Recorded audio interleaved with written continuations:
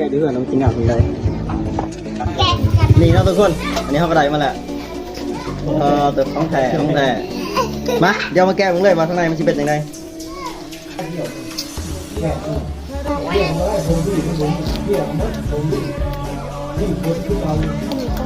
งานบ่ เอาเลยงั้นเนาะ มาเลยได้ว่า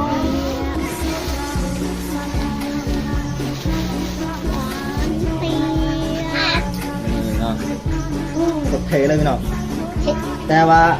อันนี้ฮันมันราคาที่มันบ่แพงเพราะว่ามันเป็นหอยเสื่อมแบบหอยเสื่อมถูกเนาะหอยเสื่อมถูกมันบ่แม่นเสื่อมมาก่อนถ้าหอยเสื่อมมันเนียนกว่านี้มันก็จะงามกว่านี้แต่ว่านี่ก็โอเคแหละราคาก็ถือบ่แพงไปได้ใส่ก็ใส่เห็นสติ๊กเกอร์เนี่ยมาเบิ่งสติ๊กเกอร์ดูนะ เอามาดอกควาด นี่สติ๊กเกอร์คุยคอสิ่งเนาะ โอ้ my god เดี๋ยวสำหรับผู้ใดที่อยากได้พอดีแปะเฟซเราอยู่นี่เด้อเฟซเรานี่ไปอยากสั่งเราได้เนาะ Okay. นี่มีสติ๊กเกอร์งามๆแถมให้พร้อมเลยสามอันจริงๆเราแถม2 อันเนาะทุกคนแต่พอ3 อันนี่สติ๊กเกอร์โคตรเท่เลย ผ่า